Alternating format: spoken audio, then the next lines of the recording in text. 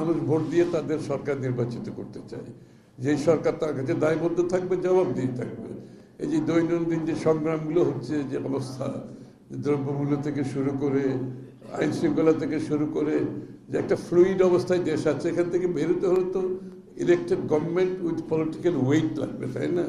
Political mobilisation লাগবে, political muscle লাগবে, political সমর্থন লাগবে। এছাড়া তো এগুলোর সমাধান হবে না। এবং আমরা কিন্তু ওনাদের থেকে সেটা প্রত্যাশাও করি না।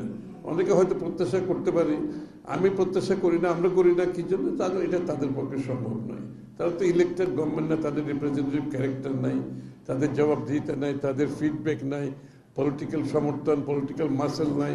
তো এই জন্য আমি কিন্তু তাদেরকে দোষারোপ করতে চাই না, কারণ এটা একটা ট্রানজিশন গভর্নমেন্ট। তাদের দায়িত্বটা হচ্ছে তাড়াতাড়ি একটা নির্বাচিত সরকারের হাতে ক্ষমতাটা হস্তান্তর করে দেশে একটা ডেমোক্রেটিক অর্ডার ফিরে আসবে। যেই সরকার বিভিন্ন সমস্যা সৃষ্টি হচ্ছে তারা সেটা সমাধান করবে। বর্ধিত সভা হচ্ছে বাংলাদেশের বিএনপির সর্বস্তরের নেতাকর্মীদের, তারা কি ভাবছে, তাদের তৃণমূলের সর্বস্তরের নেতাকর্মীদের, বিএনপির সর্বস্তরের নেতাকর্মীরা কি ভাবছে বর্তমান রাজনৈতিক প্রেক্ষাপট, নির্বাচন নিয়ে আগামী দিনের বিএনপির কি করা উচিত, তারা কি ভাবছে। তো তাদের মতামতের দরকার আছে না? এটা তো গণতান্ত্রিক প্রক্রিয়ার একটি অংশ।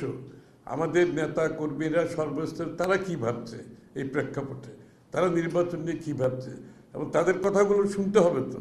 এবং তাদের কথা শুনে আমাদের আগামী সিদ্ধান্ত, সেখান থেকে আগামী সিদ্ধান্ত নিতে হবে। এই জন্যই বর্ধিত সভা। না না, আমরা তো তাদের কথা শোনার জন্য ডাকা হয়েছে, তাই না?